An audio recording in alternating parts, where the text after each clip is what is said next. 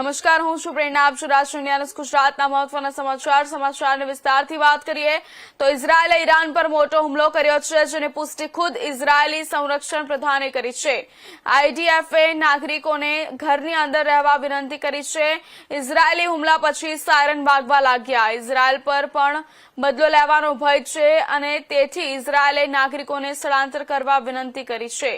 Israel defence ફોર્સે જણાવ્યું કે alert થવા સાયરન વગાડવામાં આવ્યા હતા. તે સાથે ઇઝરાયેલમાં ઇમરજન્સી જાહેર કરવામાં આવી છે અને એર સ્પેસ પણ બંધ કરી દેવામાં આવ્યું છે.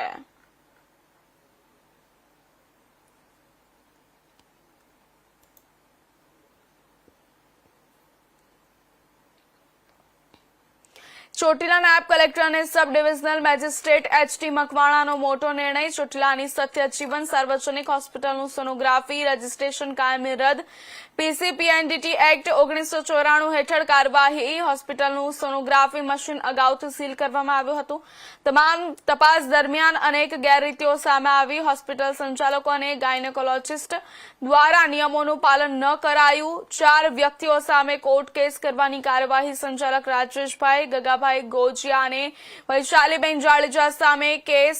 ડોક્ટર ભવદીપ ગંભીરદાન ગઢવી અને ડોક્ટર ગૌતમ ચંદુભાઈ ગવાણિયા સામે પણ ફરિયાદ દાખલ થઈ છે. જેએમએફસી ચોટીલા કોર્ટમાં કમ્પ્લેન કેસ દાખલ કરવાનો આદેશ. મામલતદાર ચોટીલાને કોર્ટ કાર્યવાહી માટે અધિકૃત કરાયા.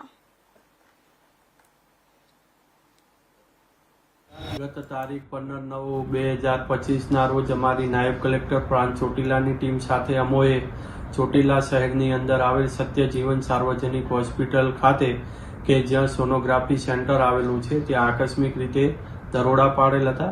પ્રાથમિક દ્રષ્ટિએ પીસીપીએનડીટી એક્ટ એટલે કે preconception and prenatal diagnostic technique act 1994ની જુદી જુદી જોગવાઈઓનો ભંગ કરેલ તેમજ ફોર્મ એફમાં વિસંગતતાઓ જણાઈ આવતા જે તે વખતે સોનોગ્રાફી મશીન સીલ કરી અને આગળની કાયદેસરની કાર્યવાહી હાથ ધરેલ હતી. ત્યારબાદ હોસ્પિટલના સંચાલકો અને ગાયનેકોલોજીસ્ટ તરીકે જે ફરજ બજાવતા ડોક્ટરોના નિવેદનો લઈ કેસ રજીસ્ટર કરી અને કેસ ચલાવી અને આ કેસની અંદર પીસીપીએનડીટી એક્ટની જુદી જુદી જોગવાઈઓનો ભંગ તેમજ સરકારશ્રીની સ્થાયી સૂચનાઓ અને આરોગ્ય વિભાગની ગાઈડલાઈન તેમજ નામદાર હાઈકોર્ટની જુદી જુદી ગાઈડલાઈનનો ભંગ થયેલ જણાતા આ હોસ્પિટલ ખાતે સોનોગ્રાફી મશીન માટે જે પરવાનો આપવામાં આવેલો છે એ સર્ટિફિકેટ ઓફ રજીસ્ટ્રેશન છે એ કાયમી ધોરણે રદ કરવામાં આવે છે. સાથે સાથે આ હોસ્પિટલના જે સંચાલક છે તેમજ જે ગાયનેકોલોજીસ્ટ જે ફરજ બજાવતા હતા તેઓની સામે chief judicial magistrate first class એટલે કે જેએમએફસીની કોર્ટની અંદર કમ્પ્લેન કેસ મૂકવા માટે મામલતદાર શ્રી ચોટીલાને અધિકૃત કરવામાં આવેલ છે.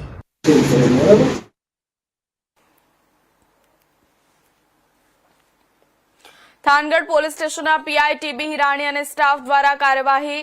બેલાળા ગામના પાદર વિસ્તારમાં ગેરકાયદેસર ખનીજ ખનન ઝડપાયું.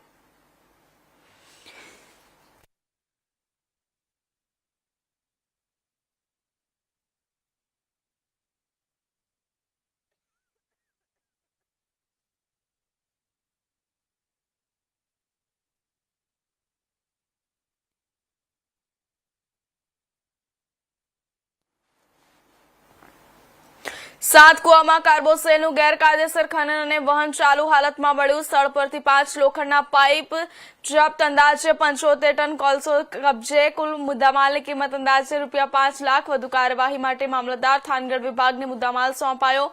પોલીસ દ્વારા ગેરકાયદેસર ખનીજ ચોરી સામે કડક કાર્યવાહી ચાલુ.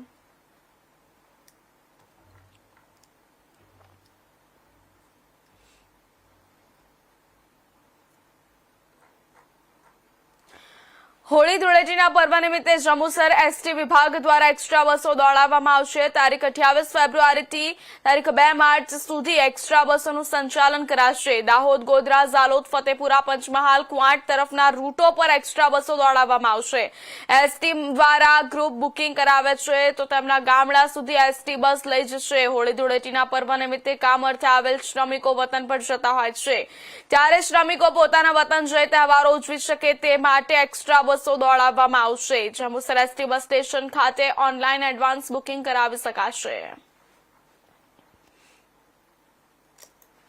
મેજર એનસી રાઠોડ હાલમાં ગુજરાત રાજ્ય માર્ગ વાહન વ્યવહાર દ્વારા અને વિભાગીય નિયામક સાહેબની સૂચના અનુસાર જંબુસર ડેપો દ્વારા હોળી ધૂળેટી પર્વ નિમિત્તે અત્રેના જંબુસર ડેપો ખાતેથી એક્સ્ટ્રા સંચાલનનું આયોજન કરેલું હતું, જેમાં મુખ્યત્વે છોટાઉદેપુર, કવાંટ, ગોધરા, દાહોદ, લુણાવાડા જતા મુસાફરો માટે અહીંયાથી જંબુસર ડેપોથી એક્સ્ટ્રાનું સંચાલન કરવામાં આવશે. અને જો કોઈ પણ મુસાફર 50ના એકસાથે ટોળામાં જે તે ગામે બસ માગવામાં આવશે તો અત્રેના જંબુસર ડેપો ખાતેથી એમને સુવિધા આપવામાં આવશે, જેથી તમામ મુસાફરો આનો લાભ લઈ અને એક્સ્ટ્રાનું જે સંચાલન કરવામાં આવ્યું છે તેનો લાભ લેવા સર્વે મુસાફરોને. જંબુસર તાલુકાના વેડજ પોલીસ સ્ટેશન વિસ્તારમાં આવેલા એક ગામમાં સગીર વયની દીકરી સાથે દુષ્કર્મની ગંભીર ઘટના સામે આવી છે. પ્રાપ્ત માહિતી અનુસાર 26 વર્ષીય જગદીશ વિજલભાઈ વાઘેલા નામના આરોપીએ સગીરાને લલચાવી તેની સાથે દુરાચાર કર્યો હતો હોવાનો આક્ષેપ છે. ઘટનાની જાણ થતાં જ પરિવારજનોએ વેડજ પોલીસ સ્ટેશનમાં ફરિયાદ નોંધાવી હતી. પોલીસે તાત્કાલિક ગુનો નોંધી ઝડપી કાર્યવાહી હાથ ધરી આરોપીની ધરપકડ કરી છે. હાલ પોલીસ દ્વારા સગીરાનું નિવેદન સહિત જરૂરી પુરાવાઓ એકત્રિત કરી વધુ તપાસ હાથ ધરવામાં આવી રહી છે.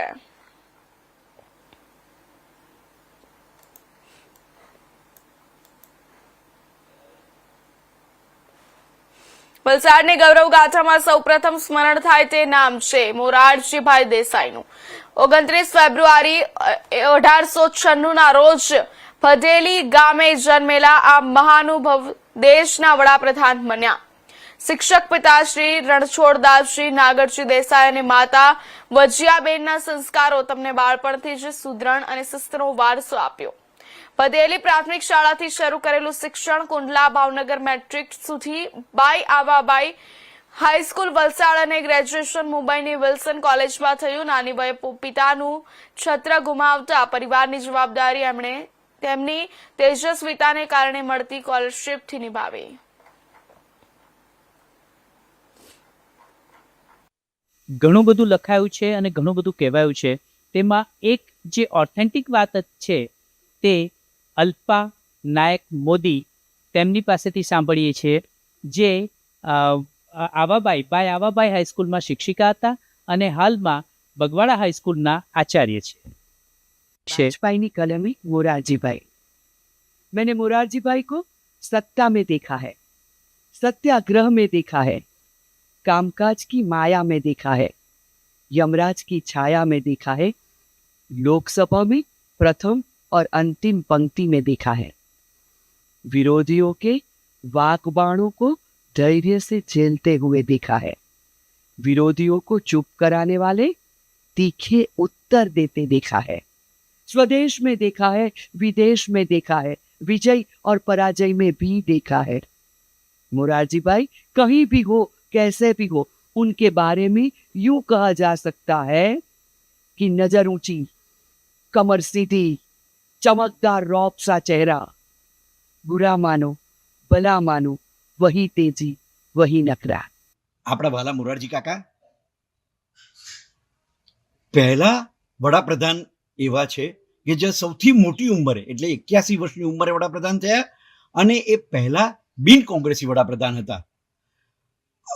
તેઓ સિદ્ધાંતવાદી એવા હતા કે લોકો એમને જિદ્દી કહેવાની પણ ભૂલ કરતા હતા. મુલાકાત મારેલી એવી હતી અને વિષય હતો ઇન્દિરા ગાંધી, વડાપ્રધાન ઇન્દિરા ગાંધી રાષ્ટ્રપતિ જ્ઞાની જયલસિંહને કદાચ ઇમ્પીચ કરે એવી ચર્ચા દેશમાં ચાલતી હતી. એ અંગે એમના વિચારો જાણવાના હતા.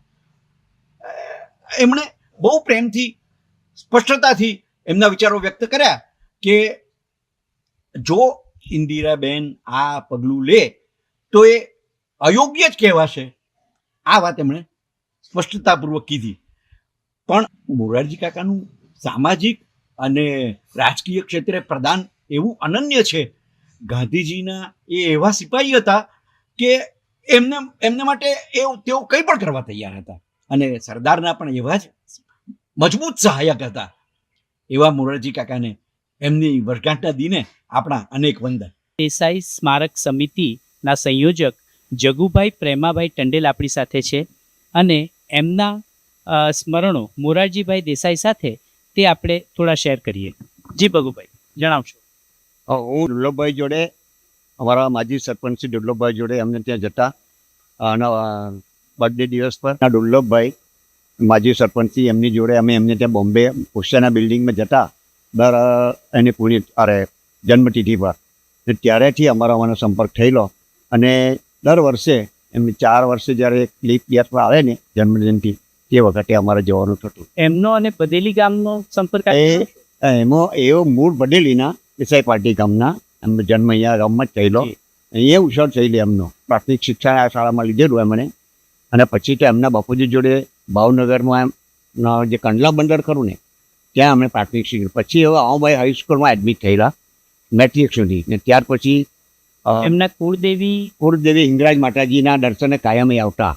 અત્યારે એના અમારા માછી લોકો સાથે એમનો સંપર્ક થયેલો અને તે વખતથી એમનો સંબંધ જળવાયેલો અત્યાર સુધી જળવાય. બદેલી સાથેનો સંપર્ક એમનો સતત હતો. હા સતત હતો. એ એમનું મોસાળ છે.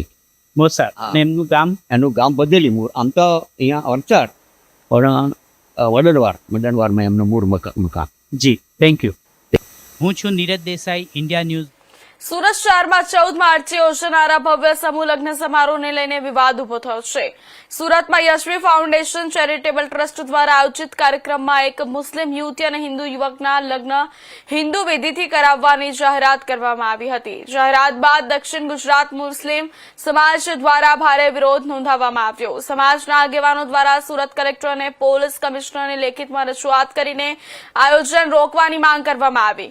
સમાજે દલીલ કરી કે કોઈપણ વ્યક્તિને પોતાની મરજી મુજબ લગ્ન કરવાનો અધિકાર છે, પરંતુ સમૂહ લગ્નના જાહેર મંચ પરથી મુસ્લિમ યુવતીના લગ્ન હિન્દુ વિધિથી કરાવવું Gujarat freedom of religion act 2021 નું ઉલ્લંઘન બની શકે છે. આ પ્રકારના આયોજનથી શહેરની શાંતિ અને ભાઈચારાને ખલેલ પહોંચવાની પણ ચિંતા વ્યક્ત કરવામાં આવી. વિવાદ અને કાયદાકીય ગૂંચવણો વધતા યશવી ફાઉન્ડેશન દ્વારા અંતે આ લગ્ન રદ કરવાની જાહેરાત કરવામાં આવી છે કે યુવક અને યુવતી પોતાના લગ્નના નિર્ણય પર અડગ હોવાનું જાણવા મળી રહ્યું છે. અસલમ સાયકલવાલા, કન્વીનર દક્ષિણ ગુજરાત મુસ્લિમ સમાજ. આજ રોજ સુરત કલેક્ટર શ્રી અને સુરત શહેર પોલીસ કમિશનર શ્રીને મારા દ્વારા એક રજૂઆત કરવામાં આવી. રજૂઆતનો મુખ્ય મુદ્દો એ છે કે ગઈકાલે યશવી ફાઉન્ડેશન ચેરિટેબલ ટ્રસ્ટ દ્વારા એક પત્રકાર પરિષદનું આયોજન થયું હતું. યશવી ફાઉન્ડેશન 14મી માર્ચ 2026 રોજ સુરતમાં 101 અનાથ અને પિતા વિહોણી દીકરીઓના સમૂહ લગ્ન સમારોહનું આયોજન કરી રહ્યું છે. સમૂહ લગ્નના આયોજન સામાજિક રીતે અને આ વધતી મોંઘવારીમાં થાય એ આવકારદાયક છે, એમાં કોઈને ક્યારે વાંધો નથી. પરંતુ આ સમૂહ લગ્નની અંદર સંચાલકો દ્વારા એક પત્રકાર મિત્રોને જણાવવામાં આવ્યું કે આ સમૂહ લગ્નની અંદર એક મુસ્લિમ યુવતી એના હિન્દુ યુવક પ્રેમી સાથે હિન્દુ વિધિ પ્રમાણે લગ્ન કરશે. આજ દિન સુધી સુરત હોય કે સમગ્ર ગુજરાત રાજ્ય હોય, ક્યારે કોઈ સમૂહ લગ્નમાં આવા આંતરધાર્મિક લગ્નો થયા નથી. ગુજરાત રાજ્યની અંદર ધર્મ સ્વાતંત્ર્ય 2008 અને 2021 અધિનિયમનો એક કાયદો છે કે જેમાં કોઈ પણ ધર્મના વ્યક્તિને એનું ધર્મ પરિવર્તન કરવું હોય તો નિયત નમૂનામાં જિલ્લા મેજિસ્ટ્રેટે જિલ્લા કલેક્ટરશ્રીને લેખિતમાં અરજી કરવી પડે છે અને જિલ્લા કલેક્ટરશ્રી જો એને પરવાનગી આપે તો એ ધર્મ પરિવર્તન કરી શકે છે. તેમજ લગ્નના નામે ધર્માંતરણ કરવું એ ગેરકાયદેસર છે અને એમાં કડક સજાની જોગવાઈઓ છે. એટલા સંચાલકોએ ગુજરાત સરકારના આ કાયદાનો અધિનિયમનું સરેઆમ ઉલ્લંઘન કર્યું છે અને આવી રીતે જો આંતરધર્મીય લગ્નો થશે તો આવનારા દિવસોની અંદર બીજા જે સંચાલકો, બીજી જે સંસ્થાઓ સમૂહ લગ્નો કરે છે એ પણ જાણી જોઈને આંતરધર્મીય લગ્નો કરવા માટે પ્રેરાશે, જેનાથી શહેરની અને રાજ્યની શાંતિ સલામતી જોખમાશે. જે આપણા રાજ્યમાં અંદર શાંતિ, એકતા, ભાઈચારાનું સ્વાદપૂર્ણ વાતાવરણ છે એ બગડશે. એટલે મેં કલેક્ટરશ્રી અને પોલીસ કમિશનરશ્રીને રજૂઆત કરી છે, વિનંતી કરી છે કે આવા સંચાલકો સામે જેને ગુજરાત સરકારના નિયમોનું સરેઆમ ઉલ્લંઘન કરી રહ્યા છે એની સામે કાયદેસરની કાર્યવાહી થવી જોઈએ અને આવા સમૂહ લગ્નમાં આવા આંતરધર્મીય લગ્ન અટકાવવા જોઈએ. કોઈને પણ લગ્ન કરવાનો અધિકાર છે, બિન સાંપ્રદાયિક ધોરણે કરી શકે કે સાંપ્રદાયિક ધોરણે કરી શકે, એમાં અમને ક્યારે વાંધો નથી. લગ્ન જે પુખ્ત વયની યુવક હોય કે યુવતી હોય એને બંધારણનો મૌલિક અધિકાર છે એને લગ્ન કરવાનો કે એને કોની સાથે લગ્ન કરવું છે, પણ એનો વ્યક્તિગત પ્રશ્ન છે. એને સમૂહ લગ્નમાં આવી રીતે આયોજનમાં લગ્ન કરવું એ હિતાવહ નથી રાજ્યની પ્રજા માટે, રાજ્યની શાંતિ. સમાચારો વચ્ચે મહત્વના સમાચાર સામે આવી રહ્યા છે. ભાવનગરથી જણાવી દઈએ, ભાવનગરના ઘોઘાના હાચબ ગામે ગ્રામ પંચાયતમાં એસીબીની રેડ. એસીબી દ્વારા રેડ પાડવામાં આવી છે. સૌથી મોટા સમાચાર સામે આવી રહ્યા છે. વીસી દીપક બારૈયા ₹70 લાંચ લેતા રંગે હાથ ઝડપાયા છે. મેરેજ સર્ટિફિકેટ માટે ભોલુભાઈ પાસેથી લાંચની માંગ. ભાવનગર એસીબીની ટ્રેપ કાર્યવાહી. ગ્રામ પંચાયતમાં ખળભળાટ. લાંચ માંગવામાં આવતા ભાવનગર એસીબીમાં ફરિયાદ કરી. મહત્વના સમાચાર જણાવી દે. ભાવનગરથી ઘોઘાના હાથપ ગામે ગ્રામ પંચાયતમાં એસીબીની રેડ. એસીબી દ્વારા રેડ પાડવામાં આવી હતી. છટકું ગોઠવવામાં આવ્યું. વીસી દીપક બારૈયાએ લાંચ લેતા રંગે હાથ ઝડપાઈ ચૂક્યા છે. મેરેજ સર્ટિફિકેટ માટે ભોલુભાઈ પાસેથી લાંચની માંગ. ભાવનગર એસીબીની ટ્રેપથી કાર્યવાહી. એસીબીએ છટકું ગોઠવ્યું હતું, જે સફળ થયું છે. ગ્રામ પંચાયતમાં સમગ્ર મામલે ખળભળાટ મચી ગયો છે.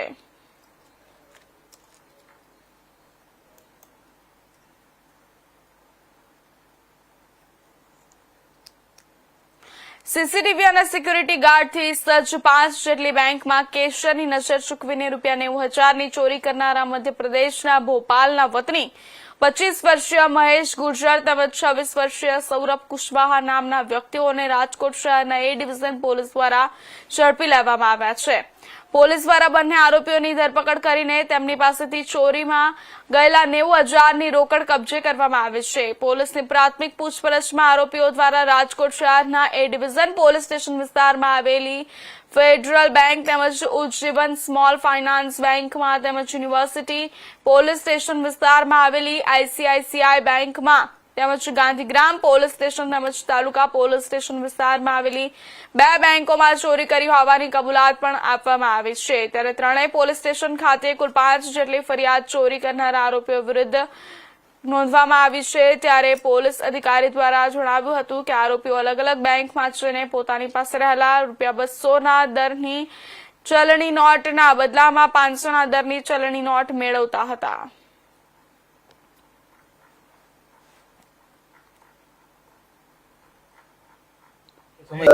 બેંકની અંદર ચોરી કરતા 2 શખ્સોને ઝડપી પાડવામાં છે. શું હકીકત છે ને એની શું એમ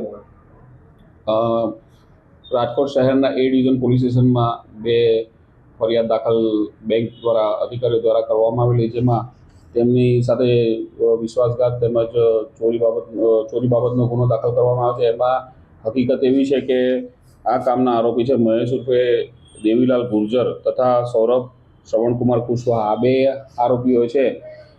એમાંથી એક આરોપી બહાર રહેતો હતો અને આ મહેશ છે ગુર્જર, એનો ગુનાહિત ઇતિહાસ છે. જે બેંકમાં જતો હતો અને પોતાની પાસેની ₹200ની ચલણની નોટો જે 100 નંગ એટલે કે ₹20,000 લઈને બેંકમાં જતો હતો અને કેશિયરને મળતો હતો અને કહેતો હતો કે મારે આ એક્સચેન્જ કરાવી છે કોઈ ધાર્મિક વિધિના નામે. તો એ રીતે વિશ્વાસમાં લઈને કેશિયર પાસેથી એના બદલામાં 500ની નોટો એ મેળવતો હતો અને 500ની નોટો મેળવ્યા બાદ કેશિયરે ગણતરી કર્યા બાદ જ્યારે પોતાના પાસે ઉપરોક્ત નોટો આવે ત્યારે એમાંથી 10,000ની નોટો છુપાવી લેતો હતો અને ફરીથી એ જ નોટો કેશિયરને આપતો હતો, જેથી કેશિયરને વિશ્વાસ બેસતો હતો કે આ મેં ગણેલી 20,000 જે નોટો છે એ એટલા જ રૂપિયા મને પાછા આપ્યા છે. એમ કરી 10,000 સેરવી લેતો હતો. એમ કરીને બીજી વખત પણ આ જ એમઓ પ્રમાણે કે મને હવે સિરિયલ નંબર પ્રમાણે નોટો આલો, મારે ધાર્મિક વિધિ કરી છે. એમ કરીને ફરીથી બીજી 10,000ની ચીટિંગ કરતો હતો અને એ રીતે આ 20,000 દરેક બેંક દીઠ આ ચીટિંગ કર્યા બાદ બીજી બેંકમાં જતો. એમ કરીને એ ડિવિઝનમાં 2 બેંકની અંદર ચીટિંગ કરેલ છે, જે બાબતે ચોરીનો ગુનો દાખલ કરવામાં આવ્યો છે. તેમજ અગાઉ પણ આ જ રીતે એમઓ પ્રમાણે ગાંધીગ્રામ પોલીસ સ્ટેશનમાં 2 ગુના અને તાલુકામાં 1 ગુના, એમ કરીને કુલ રાજકોટ પોલીસ સ્ટેશનના 5 ગુના આ બંને વિરુદ્ધ દાખલ થયેલા છે. અને આ રીતે પોલીસે પોતાની ટેકનિકલ સોર્સથી ઉપરોક્ત બંને આરોપીને પકડી પાડ્યા છે અને એમાંથી મુખ્ય જે આરોપી છે એના વિરુદ્ધ બીજા રાજ્યોમાં પણ ગુનો દાખલ થયેલા છે. આરોપીના નામ શું અને આરોપીના નામ મુખ્યત્વે મહેશ દેવીલાલ ગુર્જર તથા બીજા આરોપી સૌરભ શ્રવણલાલ કુશવાહા છે. રાજ્ય બહાર કોઈ આવી કરતા કે ગુજરાત રાજ્યને? ના, રાજ્ય બહાર ઓરિસ્સા સ્ટેટમાં પણ આ ગુનાઓ કરેલા છે અને ગુજરાતમાં રાજકોટ શહેરમાં 5 ગુના કર્યા છે ને એ પકડાઈ ગયેલ છે. સાહેબ, ઉત્તર ભારતમાં જે પ્રથા છે, વરાજ હોય છે તે ચલણી નોટોનો હાર બનાવીને પહેરતો હોય છે, એવું પણ કહેતો હતો. શું? હા, ઉપરોક્ત બાબતે સમર્થન છે કે આ રીતે હાર પહેરીને અમારે એનો ઉપયોગ કરવાનો છે, એ રીતે કહીને બેંકના કેશિયર ને વિશ્વાસમાં લઈને આ રીતે રાજકોટ શહેરમાં ફરી એકવાર બેફામ બનેલા લુખ્ખા નબીરાઓનો આતંક સામે આવ્યો.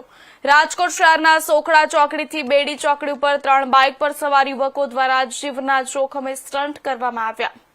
આ જાહેરમાં સ્ટન્ટ કરી રહેલા રોમિયો રેસલરનો વિડીયો સોશિયલ મીડિયામાં વાયરલ થયો.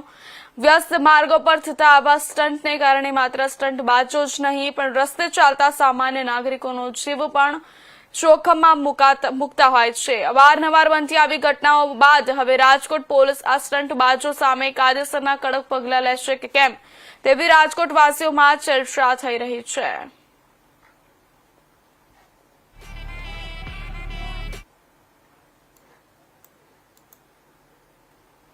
રાજકોટના તાલુકા પોલીસ સ્ટેશન વિસ્તારમાં ખુલ્લેઆમ ચાલી રહ્યું છે દેશી દારૂનું વેચાણ. દેશી દારૂના વેચાણથી રોષે ભરાયેલા સ્થાનિક લોકોએ દેશી દારૂના અડ્ડામાં જનતા રેડ કરી. રાજકોટના તાલુકા પોલીસ મથક વિસ્તારમાં દેશી દારૂનું વેચાણ બેરોકટોક ચાલતું હોવાના વરવા દ્રશ્યો સામે આવ્યા. કાયદાના રક્ષકોની નિષ્ક્રિયતાથી કંટાળીને સ્થાનિકોએ સ્વયં જનતા રેડ કરવાનો વારો આવ્યો. સાથે અગાઉ તાલુકા પોલીસ મથકના પણ ડી સ્ટાફના કર્મચારીઓ પર દારૂના અડ્ડાઓ પાસેથી હપ્તા ઉઘરાવતા હોવાના ગંભીર આક્ષેપો થતા હોવાનું સામે આવ્યું. સમગ્ર ઘટનાનો વિડીયો સોશિયલ મીડિયા પર વાયરલ થતા પોલીસ તંત્રની કામગીરી પર અને ગુજરાતમાં દારૂબંધીના કડક અમલીકરણના દાવાઓ પર સવાલો ઉઠ્યા.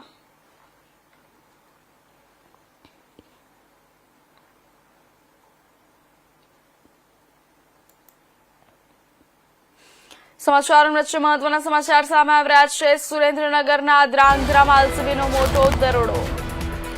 6 લાખથી વધુના ગેરકાયદેસર દારૂ જપ્ત.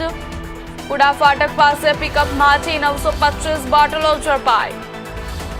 માજી સૈનિક સોસાયટીમાંથી વિદેશી દારૂનો જથ્થો ઝડપી પાડ્યો. પિકઅપ ગાડીમાં ₹3,02,100નો દારૂ અને 3 લાખનું વાહન કબજે. ધ્રાંગધ્રામાં ગેરકાયદેસર દારૂ મામલે કુલ 6,02,100નો મુદ્દામાલ જપ્ત કરવામાં આવ્યો.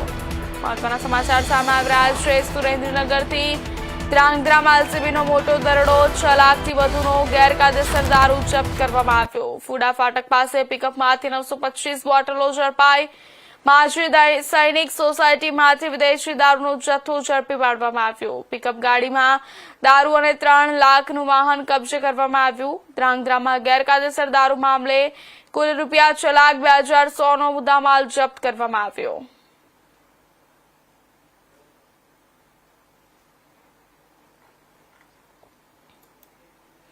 સુરતમાં હોળી ધૂળેટી પહેલા કામદારોમાં વતન જવાનો ઉત્સાહ છે. ત્યારે ઉધના રેલવે સ્ટેશન પર ઉત્તર પ્રદેશ બિહાર જતા મુસાફરોની ભારે ભીડ ઉમટી પડી છે.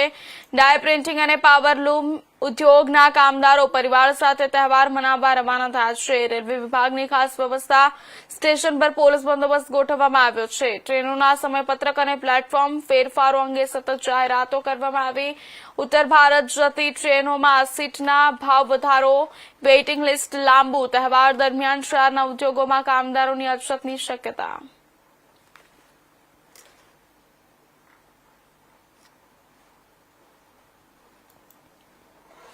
તો અત્યાર સુધીના મહત્વના સમાચાર. વધુ સમાચાર માટે જોતા રહેજો ઇન્ડિયા ન્યૂઝ ગુજરાત.